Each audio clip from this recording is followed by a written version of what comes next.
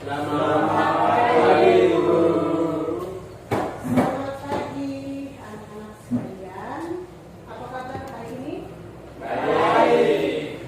Luar biasa. Selamat pagi. Hari ini kita mulai dengan materi kita hari ini. Sebelum kita mulai dengan pembelajaran kita, Guru minta siswa untuk berdoa. Salah satu siswa berita. Ibu saya minta sebelum mulai pada hari ini pada doa mulai dengan Bapa Kepada Bapa dan Roh Kudus. Amin. kalau Bapa karena kami amin Bapa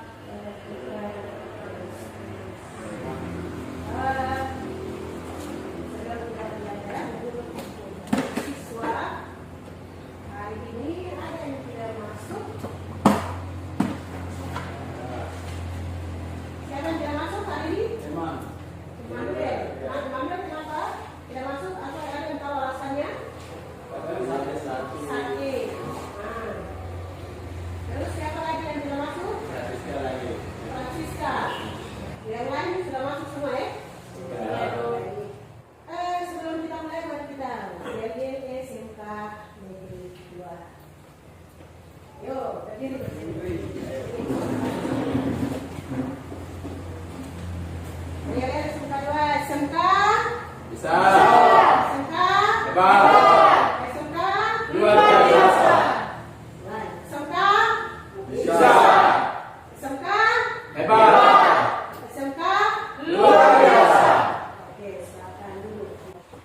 Hari ini kita belajar tentang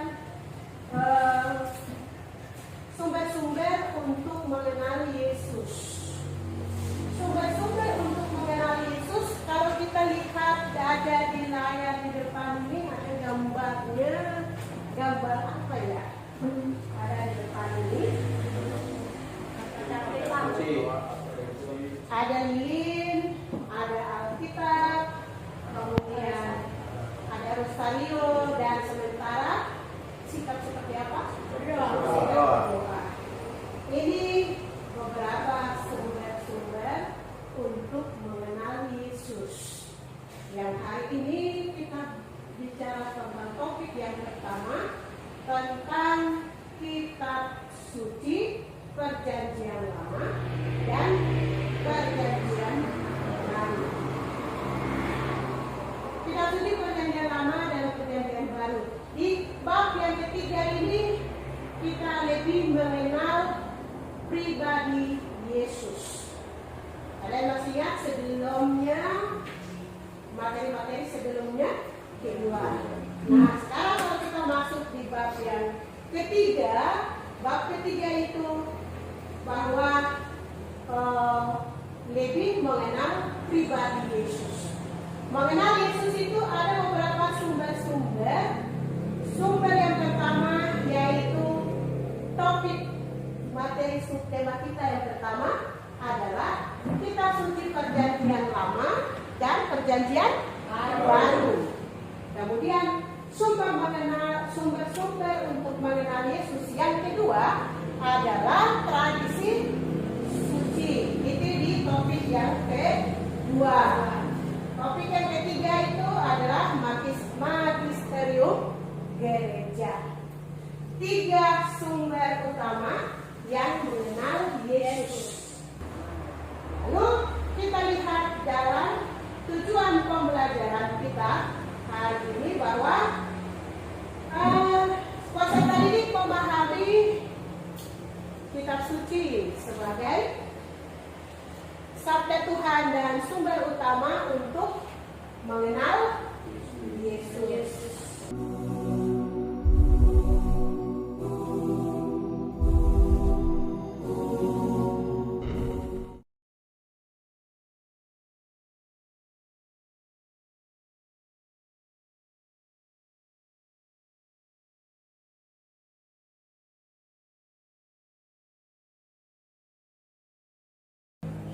Bagian-bagian inti. Setelah bagian-bagian inti kita masuk pada kegiatan inti itu mulai kita lihat dilihat dari ada beberapa gambar yang nanti ditampilkan.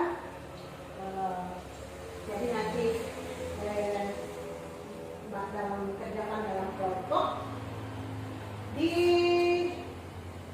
bagian-bagian kitab suci dan juga lebih mengenal Yesus Kristus itu melalui kitab suci, membaca dan merenungkan kitab suci.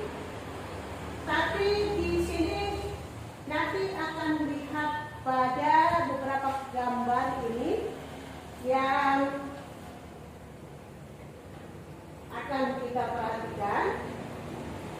Kita amati gambar-gambar yang ada di layar ini. Gambar yang pertama, gambar yang kedua, dan gambar ketiga yang di bawah, dan gambar yang keempat yang di sebelah sana. Mendalami itu kita masuk dalam kelompok, 3 kelompok.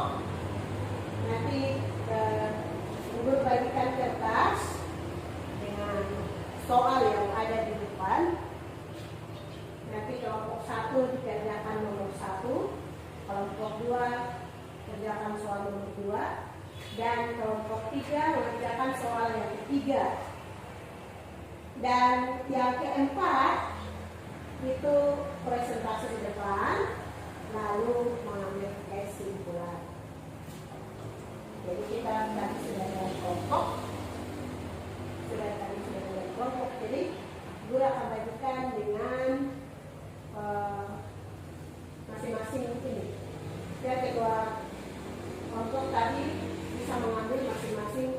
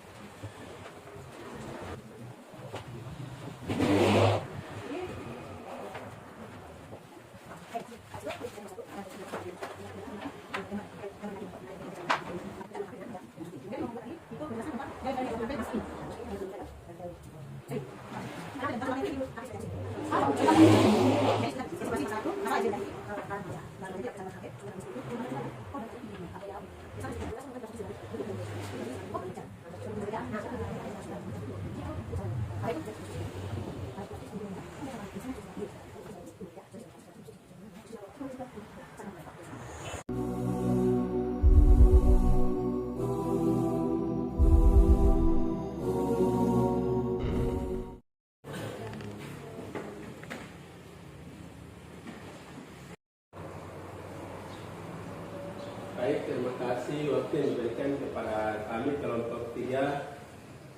Di sini kami akan mempresentasikan presentasi kami pada pagi hari ini. Perkenalan nama saya Lukas PTG. Rekan saya Sufianus Tagi. Di sini saya lanjut saja pada diskusi kami, yaitu nomor 3, menjelaskan perbedaan antara gambar kecanduan HP dan baca kitab suci. Dalam kecanduan HP yang poin pertama, jawabannya diskusi kami langsung. Zaman sekarang ini banyak anak dan remaja yang sering main handphone, lupa dengan segala aktivitas termasuk membaca dan merenungkan kitab suci, sehingga hidup mereka kurang dalam pembinaan iman. Terus dalam membaca kitab suci ada 3 poin. Yaitu poin pertama, bagi yang mereka merenungkan kitab suci selalu hidup iman dan lebih mengenal Yesus. Karena dalam kitab suci kita menemukan bagaimana manusia yang sesungguhnya percaya dapat hidup. Yang poin kedua, pengalaman iman dan berbagai keadaan dan situasi itulah yang menjadi kenyataan Alkitab. Yang poin ketiga atau terakhir, kitab suci selalu menjawab pertanyaan, siapakah Allah itu? Allah dilukiskan garis demi garis dan unsur yang paling sederhana dan primitif dalam keadaan tertua dari kitab suci sampai unsur yang paling utuh dan mendalam dalam kitab Santo Yohanes. Inilah presentase yang nomor ketiga. Mungkin dari teman-teman ada pertanyaan atau pendapat, masukan, kritik dari teman-teman, silakan. Yang nomor 3 yang menjelaskan perbedaan antara gambar kejaduan HP dan baca kitab suci. Dan baca kitab suci, mana yang ikut baru hidup baik dan benar? Baca kitab suci, kalau memang kita baca kitab suci, kita bisa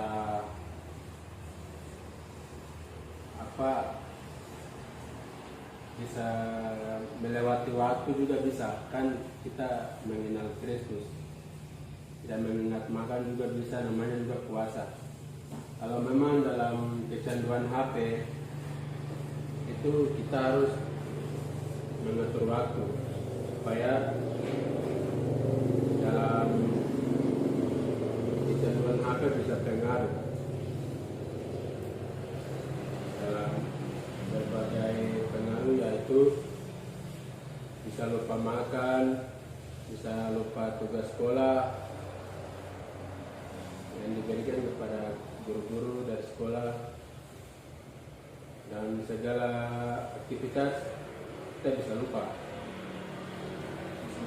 Itu yang jawaban dan dari teman. Mungkin ada yang lain. Jadi untuk yang kecanduan HP ini ada cara untuk menghindari kecanduan. Bagian kedua, maksudnya bagian baca kitab ya. Yang nomor ketiga nih, kitab suci selalu menjawab pertanyaan. Apakah dalam pertanyaan apa saja yang kita inginkan dijawab, atau cuman sekedar melalui agama saja? Kita harus membaca kitab suci, yakni karena tidak mengenal kitab suci berarti tidak mengenal Tuhan. Seperti yang Santo Irenaeus ungkapkan, untuk mengakses bahwa sarana untuk dapat mengenal Kristus adalah kitab suci. B. Karena iman tumbuh dan berkembang dengan membaca Alkitab suci. Santo Paulus kepada Timotius menegaskan, segala tulisan yang dihamparkan Allah memang bermanfaat untuk mengajar, untuk mengatakan kesalahan, untuk memperbaiki kelakuan dan mendidik orang dalam kebenaran. 2 Timotius 3 ayat 16-17.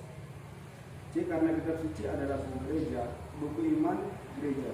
Kitab suci adalah sabda Allah dalam bahasa manusia.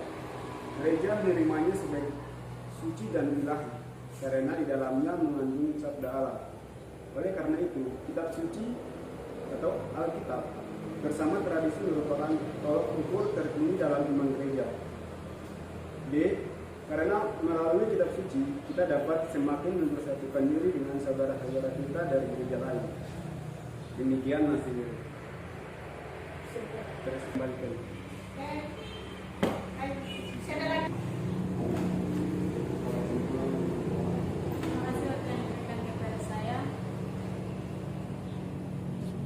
Terima kasih waktu yang diberikan kepada saya.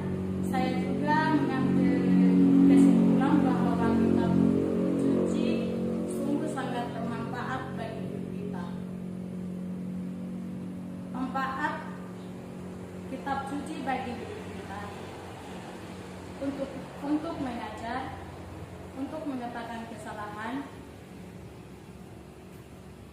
untuk memperbagi kelau Tuhan,